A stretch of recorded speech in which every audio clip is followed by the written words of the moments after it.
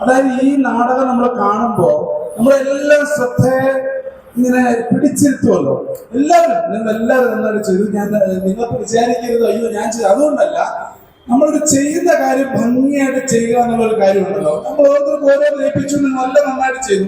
പക്ഷെ തവള നമ്മളെല്ലാം വളരെയധികം ആകർഷിച്ചു കേട്ടോ. അത് എനിക്ക് തോന്നുന്നു ഏത് കാഴ്ചക്കാരന്റെയും അത്ര സുന്ദരമായിട്ടാണ് ചെയ്തത്. മോന്റെ പേരെന്താ? മോന്റെ പേരെന്താ? എവിടെ കാണട്ടെ, തവളയെ കാണട്ടെ, നോക്കട്ടെ. മോന്റെ പേരെന്താ? മഹേശ്വരൻ. എത്ര സുന്ദരമായിട്ടാണ് അത് ചെയ്തെന്നറിയാമോ? അതിനുവേണ്ടി മഹേശ്വരൻ ജീവിച്ചു. ആ തവളയായി ഓരോ നിമിഷവും വേറെ ഒന്നിനും ചിന്തയില്ല. നമ്മളൊക്കെ ചിരിക്കുന്ന കണ്ടാൽ ചിലപ്പം ഈ നാടകത്തിൽ അഭിനയിക്കുന്നവർക്കൊക്കെ ചിരി വരണം. ഒന്നും വന്നില്ല. തവളയായി തന്നെ ഓരോ പടവും കടന്ന് നടന്ന് തിരിച്ചു വന്നപ്പോഴും ഞാൻ അവിടെ ഇറങ്ങിയപ്പോൾ പോലും സൂക്ഷിച്ചു എന്താണ് ചെയ്യുന്നതെന്ന്. അത്ര സൂക്ഷ്മമായിട്ട് ചെയ്തു.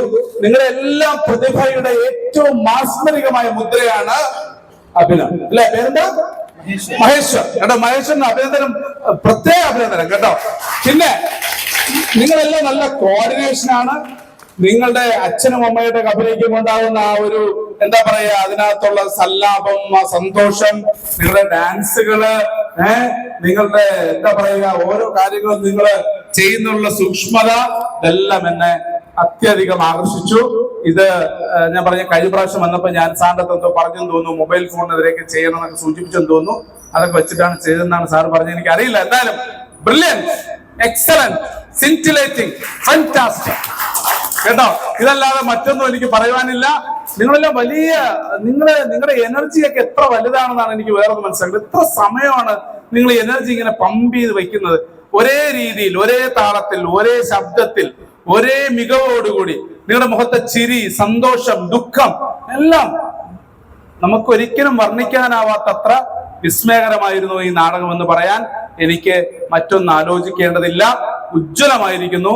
എന്നും ഹൃദയത്തിൽ സൂക്ഷിക്കുന്ന അനശ്വര നിമിഷങ്ങളായി ഇവിടെ ചെലവഴിച്ച ഈ നിമിഷങ്ങൾ ഞാൻ മനസ്സിൽ നിറച്ചു വയ്ക്കും.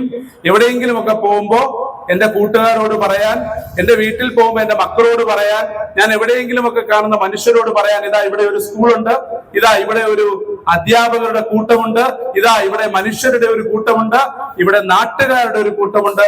പിന്നെ ഇതിനൊക്കെ പ്രഭ പരത്തിക്കൊണ്ട് ഇതിന്റെയൊക്കെ മുകളിൽ അനന്തമായ പ്രകാശമായി ഇതാ ഈ കുഞ്ഞു മക്കളും കൊണ്ടെന്ന് പറയാൻ എനിക്ക് മറ്റൊന്ന് ആലോചിക്കേണ്ടതില്ല. എല്ലാവരോടും ഞാൻ ഈ അനുഭവത്തെ കുറിച്ച് വിവരിക്കും. വലിയ സന്തോഷം. ഇനിയും നിങ്ങൾ എവിടെയെങ്കിലേക്ക് വെച്ച് കാണാം. വീണ്ടും വീണ്ടും എപ്പോഴും മടവൂരിലേക്ക് വരുമ്പോൾ ഒരു വലിയ ഊർജ്ജമാണ് എനിക്കും അർജുനും കിട്ടുന്നത്. ഇത് നമ്മൾ രണ്ടുപേരും ഒരു വലിയ സ്വത്തായിട്ട് സൂക്ഷിച്ചു വെക്കും. ഇത് മറ്റാർക്കും കിട്ടുന്നില്ലല്ലോ. മാതൃഭൂമിയിൽ നമ്മൾ രണ്ടുപേരാണല്ലോ വരുന്നത്. ഇത് മാതൃഭൂമിയിലെ ഓരോ ആൾക്കാരും കണ്ടാൽ അവർക്ക് എത്രമാത്രം വിസ്മയിക്കും എന്നുള്ളതിൽ എനിക്ക് വലിയ അത്ഭുതമുണ്ട്.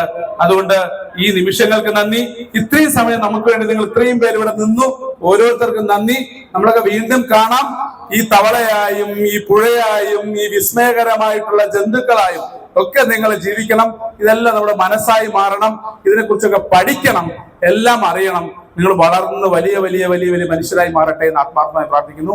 നന്ദി. കേട്ടോ, ജന്മം കൊണ്ടൊരു അഭിനേത്രിയാണ് എനിക്ക് ഈ അഭിനയം മനസ്സിലായി.